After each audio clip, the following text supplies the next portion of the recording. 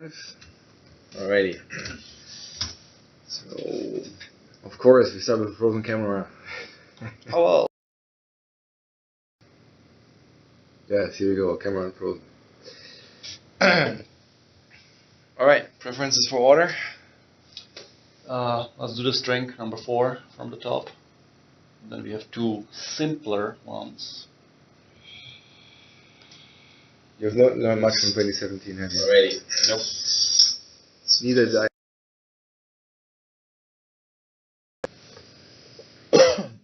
Okay, so string builder, as you may or may not know, has horrendous performance when you iterate over it with the indexer because it's chunky. And this is a pit of failure that people fall into, like MSBuild, for example, was comparing a string builder with a string to decide whether they're intent stuff. And when the string gets to the tens of thousands of characters, it becomes pathologically slow. So I initially tried to find a way to make indexing more efficient, and there is a way, but Jan suggested it just wasn't worth it. So I think the right thing to do here is add an equals method that takes a string, and within String Builder, it can very efficiently walk along itself. So this can be done. Why wouldn't this be an operator? I don't know. I didn't think about that. I was about to say, do we need all the equals with a custom comparison and any of that stuff? Yeah, I haven't seen a use case for that. Like, I guess you could. Well, how do you compare it? This would be ordinal comparison. This is literally, it's the same. If, in other words, if you scroll down slightly, scroll down like 3 lines. Yep. That's what the implementation would be equivalent to. Okay. Without an allocation. I think our default for strings means comparison is current culture, not ordinal. Fortunately, yes. Is that for the operator or for equals or both? Both. Everybody. I mean, I would probably just pass in the comparison. Okay. And then just forward it. Default it, maybe? No. I mean, I don't know what you actually do. I don't think that's what you actually do in implementation, right? So stepping back a little bit, you said that indexing is slow. So how is it related to the comparison? Because or the indexing because they were doing comparison manually, yeah, or right. Okay. So what they wanted to do was decide whether they already had the string intern before they made a string, something like that. And to do that, they were literally, for a for loop over the contents of the string, which you would think is fast, but since we made it chunky, it's not. So their intern strings are string builders then? I literally wrote this code 10 years ago. The string builder builds up a string, and then it has to decide whether to intern it. And it wants to do that without making a new string. Yeah, I can't remember. So then, Pause the video again. Yeah. So my only concern would be we need to be consistent with the other equals we have, because otherwise it will be a pit of failure in the sense that you get now ordinal comparison, but when you then two-string it and do the same thing, you get different results. Makes total sense. So do you want one without the comparer as well? That's consistency with other stuff. Yeah, which would be current culture. But then a string comparer, you can't walk it character by character anymore. I think you have to give it the whole string, which means that you've lost the benefit of this method. Right. The only thing that the equals can do is immediately short circuit and say they're not the same length, and then it's going to have to allocate the string. Well, you don't need a method to do that. Right.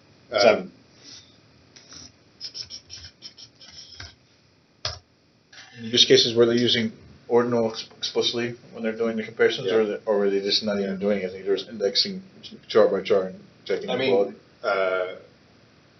They were indexing chart by chart and doing ordinal comparison. We could add, ordinal equals. That's not a bad idea. Do we have precedent for ordinal equals anymore? No, we have compare ordinal, but we don't have equals ordinal. We've had a long-standing issue where people want to kind of make this, but we haven't done that. The only reason that I'm mentioning it here is because then it lets it compare it character by character without, once it's user input, it has to allocate a string. And what you could do is you could say you have an overload that basically the text-to-string comparison, if the guy goes with ordinal or ordinal ignore case, you have a fast path, and if they do the culture-sensitive one, well, then too bad you allocate, right? Does that count as sending people to the pit of failure, or it would be no worse a pit than they already would fall into? I mean, it could still do a couple of quick checks of string builder equals string with current culture says is the length that I'm going to allocate equal to this guy? No, nope, they're not equal. When I'm doing a culture-specific comparison, is it accurate to compare lengths? Like I guess technically, if you're accepting an arbitrary comparer, they could have done anything they wanted to. So no. So IMO, like the what's that thing in The German? SS thing, and the beta character. Do those comparers equal? Yes. And they presumably are different lengths. It's actually worse when you to upper them or to lower them. They actually. So you can't bail out with a length check if you're doing a culture-specific comparison. I don't think you can. And again, if it was a custom comparison that somebody put in, they could normalize at 8.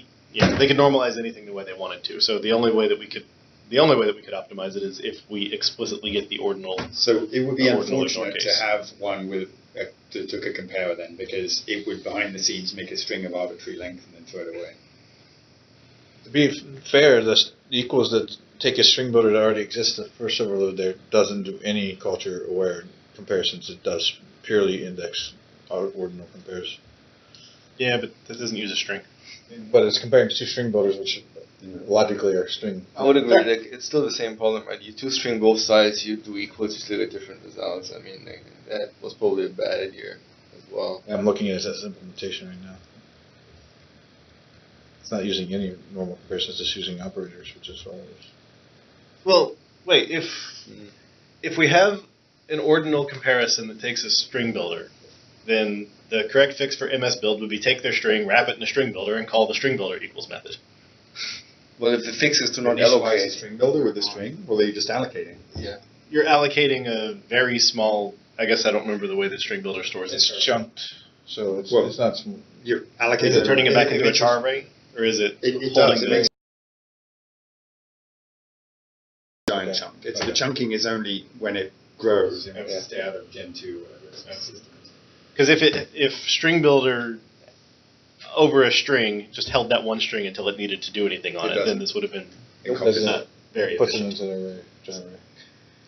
All right. Yeah, the fix for not allocating is never to allocate. Yeah, this is the hardest part for them. That's why they don't create a string.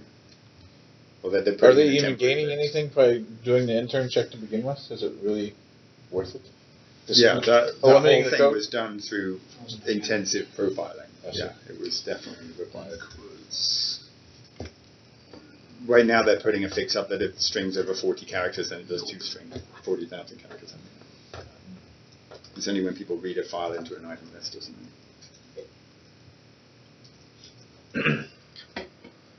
Or presumably by intern here, they mean they have their own custom interning pool. Oh, it's totally custom. If you're interested, you can go to click on pathological performance. How do you think you're going to be able to improve the performance if it is on string builder, if it's purely ordinal? Because the pathological part is the string builder, when you ask for a certain index, has to find the chunk it's in. And the way it does that is it walks the linked list of chunks. It doesn't have an index. So you're walking it order in. It's in the it's worst order case is NN in or square. whatever. Right. Yeah. Yes, worst case, and that's what you actually see. It goes like this. Because each time you have to seek back to the right Exactly. position. So the proposal that Andy had was to store the last index, because if you're going along the string, that will then become very efficient. And we could do that at the expense of adding another field. Just wondering if it's not better just to have a more efficient enumerator that doesn't have to keep tracking all the chunks. Well, that's what we're talking about. You could do that relatively cheaply as long as you were optimizing for the steady iteration over a string. I wonder if what we need is just for it to emit an enumerator of char. So you can get the characters back in the same order. I put up a PR of something like that, and Jan's position is it's intrinsically not an efficient thing to enumerate over, so don't lead people to do that. I mean, what is true is if we have a method like equals ordinal, right? I mean, like we could do something more fancy and not do character by character. The other attraction of equals is you're not forcing the caller to do this work. Yeah, because I mean, like if you internally hold into like 3 arrays, you can basically do 3, I don't know, SIMD optimized. Comparisons, right. It could be, and yes, yeah, that's right. And so, like, I think I'm trying to do ordinal equals or equals. Yeah, I mean, I already have string compare ordinal. I don't think it's insane to eventually have a string that equals ordinal, which we don't have today. So I would not be opposed to adding the same API here. Okay. But I think like the more, like it is a bit weird that we have a string builder overload that is already ordinal. Like I feel like no matter what we do, we don't get like consistency. Yeah, consistency. But it seems to me like it's more important on string builder to be consistent with itself, because it's very weird to have that issue there. So maybe we should just say equals takes a string and it's ordinal, and like that's what it does. Maybe that's okay. I mean, that's fair. Just as you said. I guess if ordinal equals returns true, culture equals should always return. Will always return true because it's the same input. So you would never get string builder equals returns true and then your custom comparator returns false unless it's doing stupid things like checking against an intern table. And but you could have string builder equals returns false, but toString both sides equals returns true. Right. That's probably fine. I would be upset if string builders equals could return true and then the toString would return false, but that one can't happen if we do ordinal. I mean, you could probably still create the world where that's the case, but that would be a very bogus culture. I don't think it could be because yes, I mean, like it's you would need to be like reference comparing the string objects to something in order to get. Well, I guess no. I mean, ordinal should always be true because otherwise you're violating the flexibility. Right. Because ordinal means you have the exact same byte pattern. So the only way that it would be different is if you're comparing it by reference. Right. No, so then, let me just write this up and say it's unfortunate that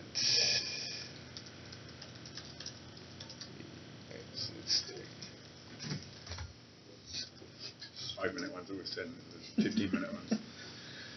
Well, You haven't learned anything yet then? Yeah. we have like 3 different competing No, it's true. guidelines that say that everything that was done here is wrong. Yeah.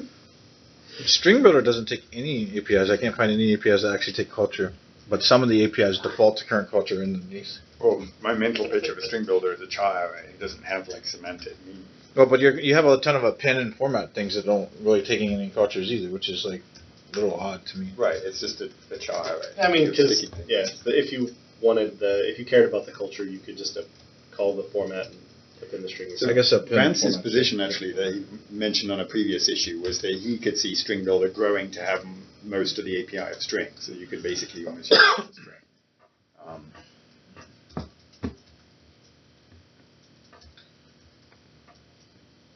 He probably didn't consider this, but the performance.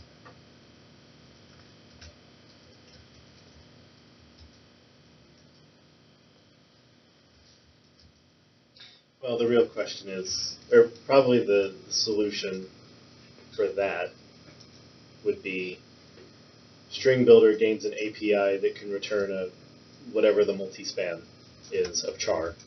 And then we've written multi-span of char. What's a multi-span? Where the memory is not necessarily contiguous. Chunks. Have we actually done that? Christoph's working on it. It will be less efficient than span, but that would allow string builder to represent the fact that it's not necessarily contiguous. Yeah.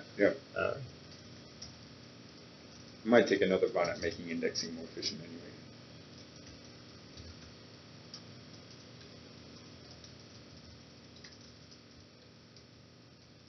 There's like some unused fields. Maybe I could squish it into. Well, I mean, there's also an interesting question of like how often or how often does String Builder compact? And if the answer is never, It doesn't compact. should it? Yeah, well then, yes. Imagine how much profiling you'd have to do on that. It would take months to get that through. What's the next one? 4. At some point, it did compaction, and indexing would theoretically get better. I wasn't around when they made it chunky. I assume it was to try and keep it out of a large object heap. Yeah, but like if it did something like, if it held the string, so where it was like if it just held the original string, then this would be fast. Then like if a call to toString remembered the string it did last time and just returns that again if it hasn't been modified. Yeah, you could do that. But what I'm saying is compaction would defeat the reason that they did the fragmenting. Yeah. And you can just copy into another string builder if you want to compact it.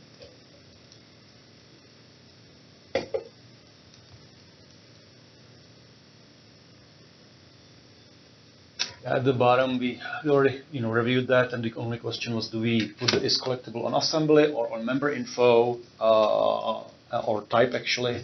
It was type. And Jan with John Hanna discussed it later on at the bottom, and Jan suggested that we should do both.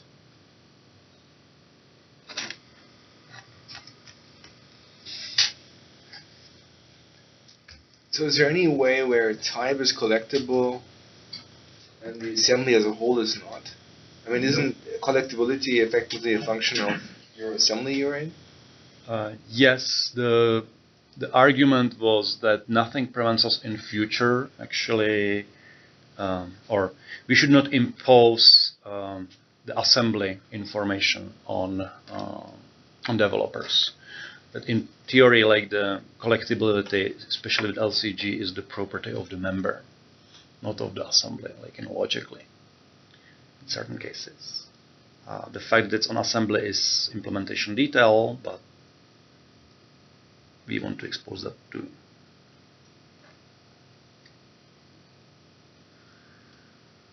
Like whatever the thing is that we're talking about, the language or runtime spec says that it's a member property.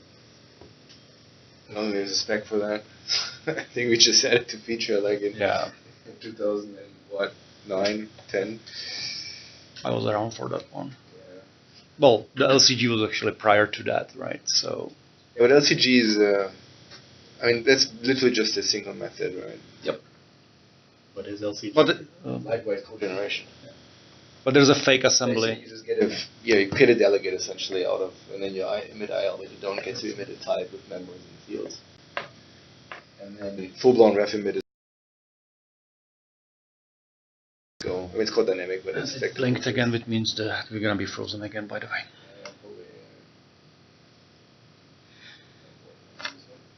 You need to update the software. It's the drivers. We're doomed.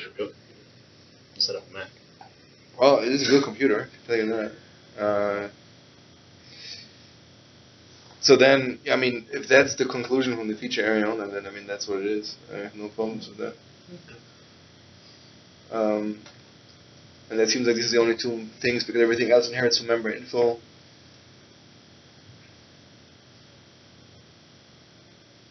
Yeah. I mean, I'm personally confused as to why it belongs on two places. If it's really a property of the assembly, then somebody can do MemberInfo.getType.assembly and read it from there. And if it's really a property of the MemberInfo, then why would the assembly know about it? But I guess this is what Jan wants then. One is implementation. Well, he provided free options, but one approach is kind of the implementation detail. The other approach is like how to think about it outside. Right?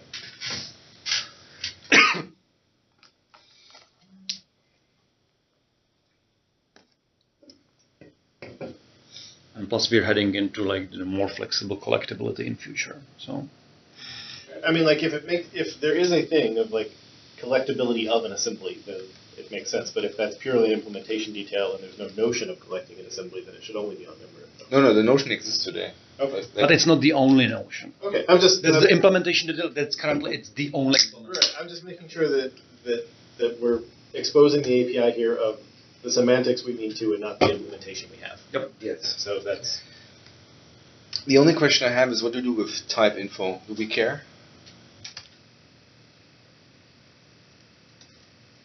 Like like there is this weird thing where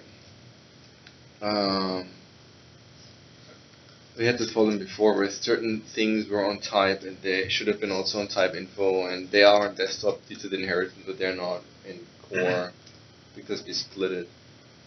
Well, this doesn't have type. It only has. Type info is now always. MemberInfo is basically the base type for type. There are Type some info. other reflection namespaces like parameter info and stuff like that don't inherit from MemberInfo, but those are, I don't think they're interesting. What was that again? Parameter info doesn't inherit from MemberInfo. I meant specifically type info because Type info now is reversed, so it inherits from type. what would the issue be something that we had with this? In the new contracts. With F# where you basically the implementation that we have, like get type info, and the way it works is causing issues. Because on desktop basically it's the same type, just cast essentially, like an upcast, and then on core it's literally a different instance, right? Because we actually have a split. I forgot what the thing is. So you basically have to allocate a type essentially. You have to wrap the other one to get the correct behavior. That would have been in .NET native. I don't think it was in core. Yeah, maybe it was native. I forgot where it was. But I guess we don't care. Let me just ask the question. Looks good as proposed.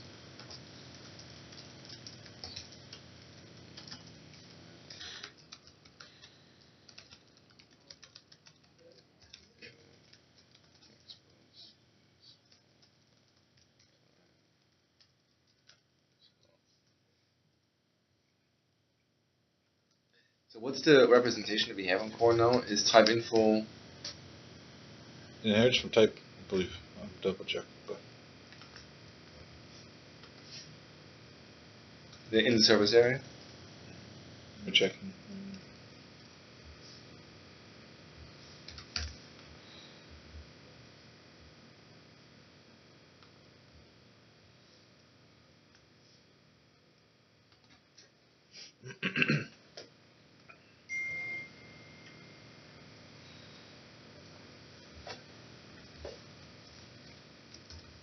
Right, next one.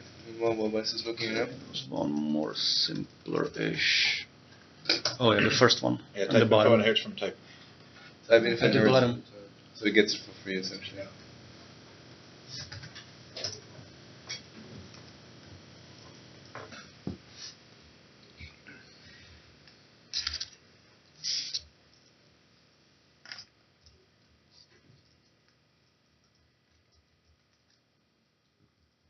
Right, DN replied to the string builder one. He said string equals just uses ordinal.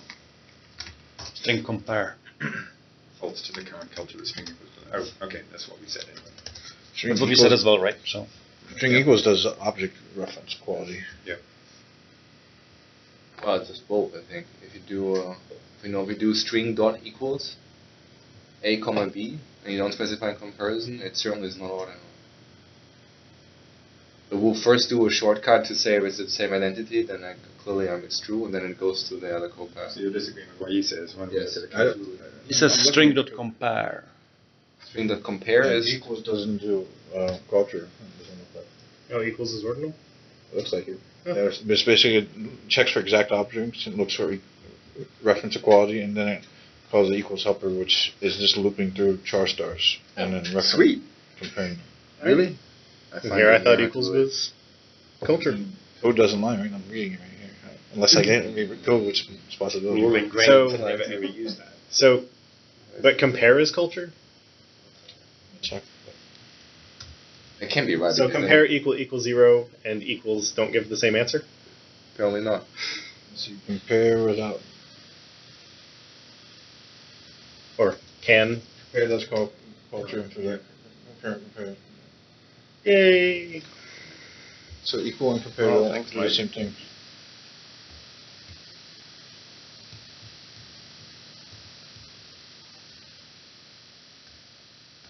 We have frozen video again.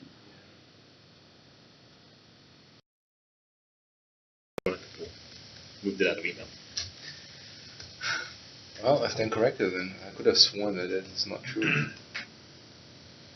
All right. No, we don't have Jeremy over here. Or did you want to go through this? Let's do the bottom one. This is part of his Okay. enumeration API proposal. This should have Jeremy. Yeah. There are two from Jeremy, and he's not in for another 2 weeks. So the bottom one, XPathNodeIterator.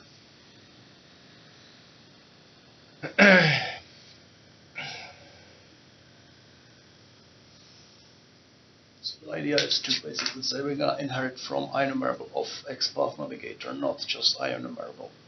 So we prevent people from doing stupid casting. Well, we can't remove. I believe that IEnumerable of XPath implements as well IEnumerable, doesn't it? Yeah. Like this is not the actual representation. It will be in. No, it can't. Sorry. It can't because they have different return types for the same member. No, IEnumerable of T implements IEnumerable. Does it? Okay. You have to implement both. The only unfortunate thing is that means that the default that GetEnumerator returns will probably still be the object-based. Actually, I commented that it might be different semantics if it's explicitly implemented in C# versus not implicitly, like transitionally. So I would keep it, but just to not mess up with things. But otherwise, yeah. So only question is whether if we change that, this is actually helping. Like, because it depends on how the XPathNodeIterator is defined, right? If it has a public getEnumerator method, then this doesn't help you at all.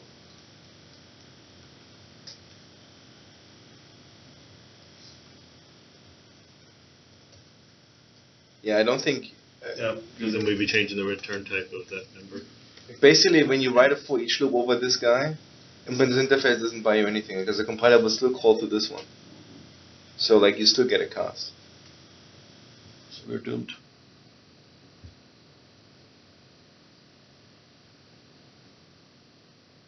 Somebody pointed out in the middle that it's a breaking change.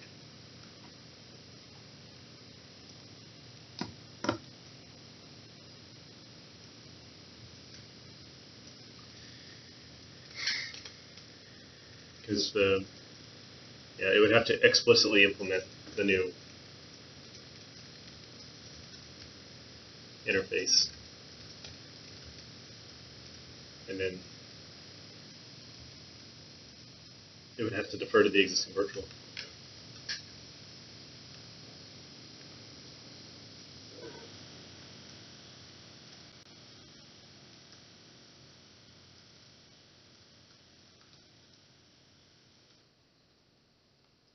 So people were aware of that on the thread already. Okay. Did they have a solution? Reading.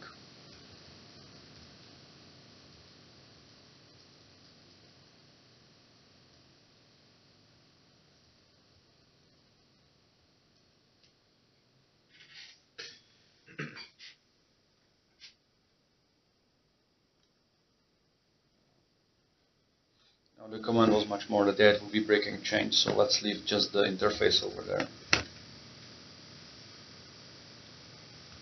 Since it's since there's an existing virtual or abstract, I don't remember which one it was, we'd have to keep that one as is. Yeah. And that means the only IEnumerable of XPathNavigator, and then the only time anybody get a benefit is if they directly cast it to IEnumerable of XPathNavigator, which then every derived type is going to have to go explicitly implement that method if they want. So it's doable. It's just extraordinarily cost prohibitive. No, I mean, like, if the base type implements IEnumerable of XPathNavigator, right, every derived class implements this as well. The problem is that the way the compiler does for each is it looks at the type and checks for the patterns, right? So it says, like, do you have a getEnumerator method that I can use? Yeah, if so, I will use it. It doesn't look at the interfaces necessarily. So, like, I don't know what the codegen does. It's possible that it will prefer the generic explicit implementation over the non-generic public GetEnumerator method, I don't think so. but I don't think so. It looks for the public GetEnumerator method to do the enumerable pattern. Oh, then the question. More type safe. Then the question is like, is it easier, for more readable for people to say like for each x in and explicitly cast to the IEnumerable of t over here, and then not cast inside, versus having the like for each without the cast and then cast kind of per. Well, you have to cast somewhere, right? You either cast at the side, Yep. where you declare that the local, you say for each, foo x in blah, or you're saying var x equals and then. Yeah.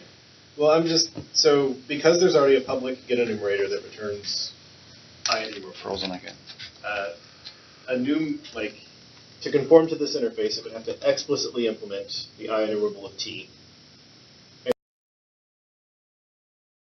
As if it made that method defer to a new method called like GetTypedEnumerator, and then they'd have to override GetTypedEnumerator. Because they're already going to It's not going to help them. The overriding is not going to help them because it's still semantically returning IEnumerable. And then they still would only get the benefit if they cast it to IEnumerable. Yeah. This needed to have been fixed before it shipped. And again, Let me do this.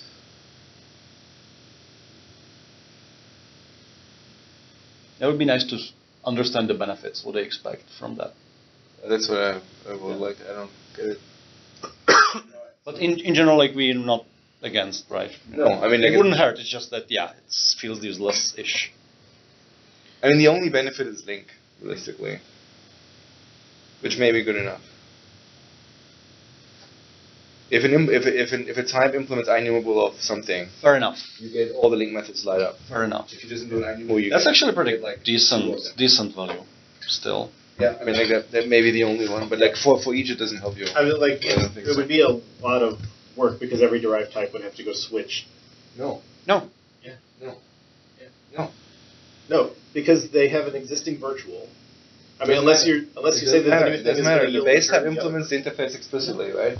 So every instance is able to do that. It's only a change in the base type. You have to do nothing in the Assuming there's no overrides of it, yes. What's your implementation going to do? Because you can't make it explicit now. Will just call the other one and does a cast. You can't make it an explicit now and change the return type, for example. So you want No. You implement a new method. So you want to explicitly implement GetEnumerator that returns an IEnumerator of t, and you do that by just basically casting the one to the other. You can literally just do the yield thing if you really wanted to. Well, I mean, it'd be the only way you could do it. Well, you want to satisfy the existing virtual, right? Yeah. But you don't have to do anything in the derived types to do that. Fair enough. I guess. Override the thing themselves. No, the only thing I would say is I don't think it's more efficient because you have to take the existing one and then do the cast, right? That's the. I don't think there's a way you can avoid the casting. The only thing you get, in my opinion, is the link style APIs that light up or something. But close the door on the string equals thing. It's actually documented as being ordinal too. I just read the docs just to make sure. So which one is documented? String that equals. Is documented to be ordinal. We've had 20 years ago documentation right for that. And what does double equal do? Same thing? Double equals. What do you mean? String equals. Yeah, like the operator. Yeah. I'll check. Also, my cast, why it's not read-only span rather than string. Are we doing, when we're adding new string methods now, are we always going to add read-only string? No. I mean, I would say to me this is not, we could do both.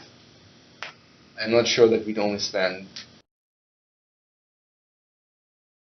Because if you've got one, Yeah. you've got a string. Yeah, true. no, it's true. Like But a char array would be a great example. Equals string is ordinal as well. This seems relatively low level, but it's maybe worth having span instead of string. Yeah. I could even see you do both. Okay. You want me to add that note? I don't know if you get the same performance but just using read-only span. Sure. Maybe Actually, no, the idea is was- there a cost in casting a string to a read-only span? I do not remember. I think it was very, very small. But the key thing is do we really want to sprinkle the span everywhere? I don't think so. I think the decision was we're gonna make it on methods where it makes sense, where it's kind of perfect. Yeah, I'm understand. And this is String Builder is as intrinsic to the platform as possible. And this is literally the low-level building block you have for producing strings. No. That is literally the thing you would use when you do any sort of platform manipulation. Yeah, I think it makes sense. Well, but why would you compare it with read-only string then? Or read-only span? Maybe you have a char array instead of a string. Maybe what you're doing is, I'm asking, have I built the middle of this other string? And so now you want to do the substring without doing the allocate. Well, fair enough. So do you want both, or just read-only span? I would say if you get the same performance by just using read-only span, go with read-only span. Otherwise, do both. Frozen again. Have we done a pass-through or string builder that's span APS for?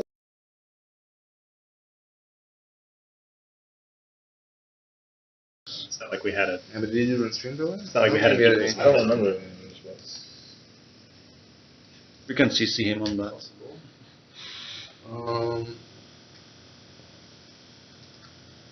Yeah, there is one. There's append read-only span. There is a copy to with a span. What are we looking at? There's an insert string builder. We're just curious whether. And then there's an insert one with read-only. Yeah, I mean in that case, I agree. Let's just do fucking read-only span. Okay. I'll note both unless there's no overhead. And we consider it approved, I assume. Yeah. Go. Bottom one's easy. And no one will care but me. No. Oh, did you just mark it? Yeah. Sneaky. Well, this is the one that I pulled. I said I sent an email. In I December, see.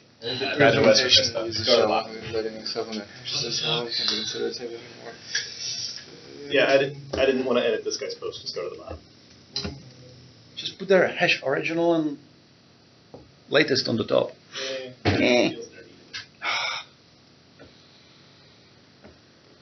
This is the one you sent an email right before Christmas, yeah? Yeah, I was hoping that you or Christoph would respond and I could just check in. Yeah. I saw that both of you were in the office that day. He saw it and he said, "Good luck." Yeah. Right, so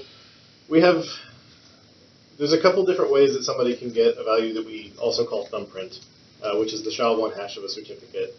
X509 certificate, the base class, exposes it through a byte array method and a string method, GetCertHash, GetCertHashString. X509 certificate 2 exposes it via a property called thumbprint. The property will not get upgraded to support things other than SHA-1, but the give me a byte array and give me that as a hex string, we can take an algorithm. It's their method, so we can add parameters. And this is just part of our continued don't rely on SHA-1. So basically we would say get hash about arguments is deprecated and you should call GetCertHash with hash algorithm SHA-256. Yeah, because it would count as a use of SHA-1. Do these things support multiple hashes, or is it always I have to know the right magic hash for this certificate? It hashes the cert's contents, so. Oh, so it actually is doing the computation. Yeah. Like GetCertHash, the implementation is the first time, the Windows implementation is the first time you ask for the property, they'll hash it, and then they'll just remember that value and give you back a copy every time. In our case, I don't think that we would optimize. Okay.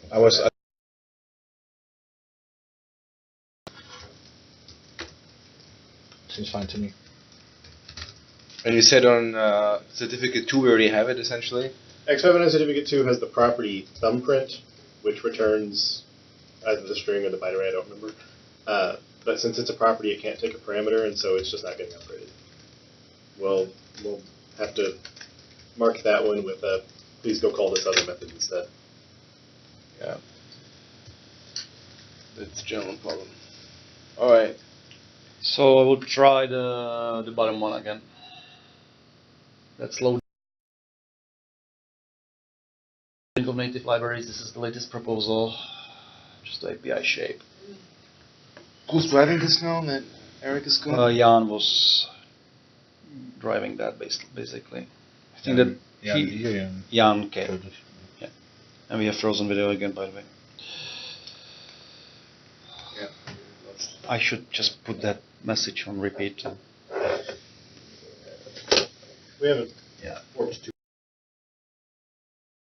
wanted the interrupt team to drive that, and they, E didn't bite, and I think that Russ didn't bite either yet, so he's driving it himself with the people from the system drawing, because that's where we discovered that with Eric and QM Frederick. So is that effectively like if node library get proc address? Is that effectively what it does? Basically, yeah. Get symbol address and wrapping with the delegate around that. There's handle, and if you dispose it, you say like, yep, timeline. It's up to the caller to.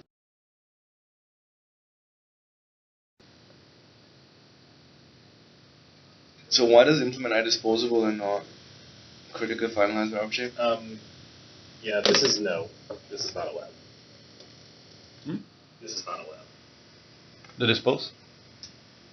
Right, because you now have like the quote results in undefined. Allowed to add this. So what are you allowed to do there? Like you're either not allowed to dispose the library once you've loaded it, or we need to somehow make delegates be smart and make them throw a "oh my god, someone unloaded this library out from under me" exception. But we cannot have a thing that lets you easily create function calls pointing to addresses that then got disposed and reclaimed and are now doing whatever the hell they feel like doing. This is just no. Is that a policy that do we define easily somewhere? Can this dispose also Using kill the all the safety delegates? Basically neuter them if So they're the- wrappers or something? If we can make that happen, then that would be fine. The problem is you have what looks like a safe operation in safe code that now is jumping to a pointer and executing it. Right. And that's very, very bad. So we could hand out wrapper delegates. I don't know how efficient that is. I mean, technically, well, I guess the get delegate T. Yeah. So how is that different from normal interrupt? Because interrupt is not considered safe. When you write the PM book, it gets bound and you can't unload it.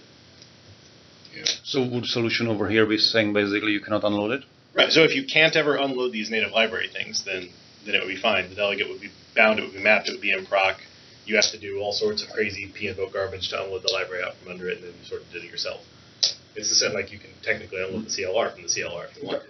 So, yeah. Letting something, like, having a using, like, I could certainly see somebody trying to write the code using this native library, go return this function, and so you've now returned a delegate out. Well, you just unloaded the library. Whenever somebody invokes that delegate, you're now executing on that. Makes sense. Okay.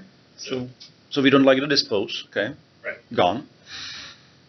So if we have the understand that they have been unloaded.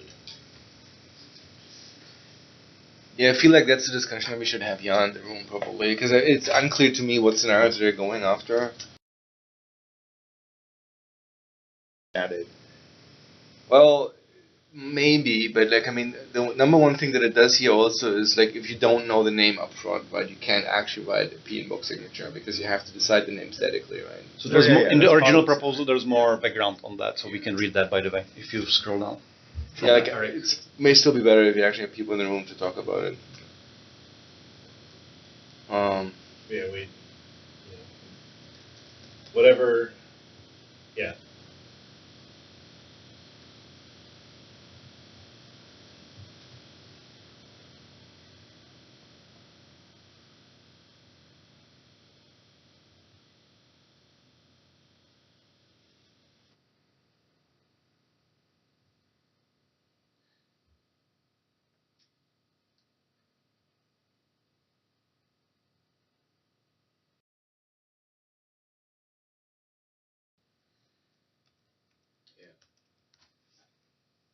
Wait for Jan.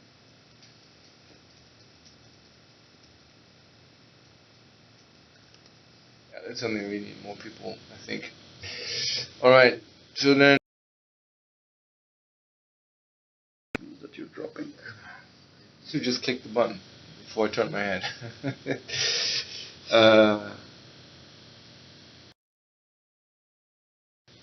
And I think that after that, maybe the add memory extensions, we might need Christoph over here. One is blocked on Stephen. The RSS, I think we need Shannon. Yeah, that's both APIs. So I think that we're done probably for today, unless we feel brave on the memory, the number 3 on the top. I just looked at it like there's a lot of APIs in it. Okay. Alright, then I think that's it for today. 10 minutes early. You know what the thread safety guarantees for String Builder are? Because it seems to have at least some attempt to be safe from that's little tricks.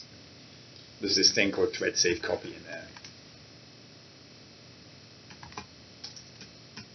Pretty sure it's going to contain the line that says thread safety is not guaranteed.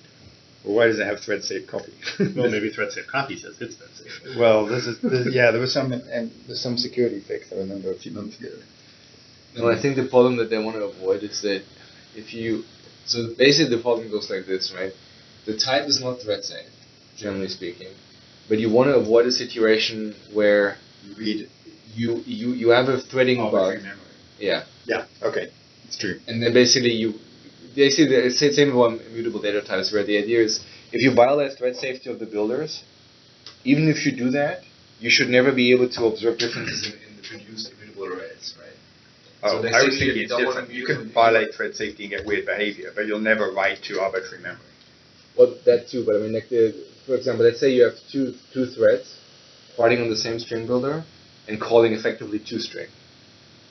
You should never be able to get, once you get a string, you should never have a bug in thread builder that could cause you that instance to change ever, because that may be a security bug. To cause the string itself to change. Yes. And so like that's why maybe the copying functions are usually protected, where they try to be smart about how they swap the pointers, so that they, even if you misuse the builder, you cannot mutate the underlying string. At least that's what we did for all the mutable builder stuff, where we said, yeah, they're not thread safe, but you really, really do not want to violate the thread safety of the immutable. I don't know how you could possibly write two strings so the two threads would screw that up. But well, the issue is if I'm doing toString or copy or whatever, when someone else is appending and possibly mutating the string builder. Well, it depends what you do, right? I mean, like if the string builder has underlying array, right? Let's say the array has the right size, right? You could potentially assume you just point to the array and whatever, and I can construct a string out of that, right? If you actually just copy memory, then it's fine. But our immutable array stuff, for example, the builder actually uses the underlying array and shoves it into the immutable array. In particular, string builder.remove. Okay. So you remove some stuff, so some arrays get thrown out and remapped. Well, now something's reading. Are you reading from the new array or the old array in the middle of this copy? Right. And is it otherwise being garbage collected because we've already turned it into a pointer? So I have no idea how thread safe copy is solving that. I'm just like that's the concern. It's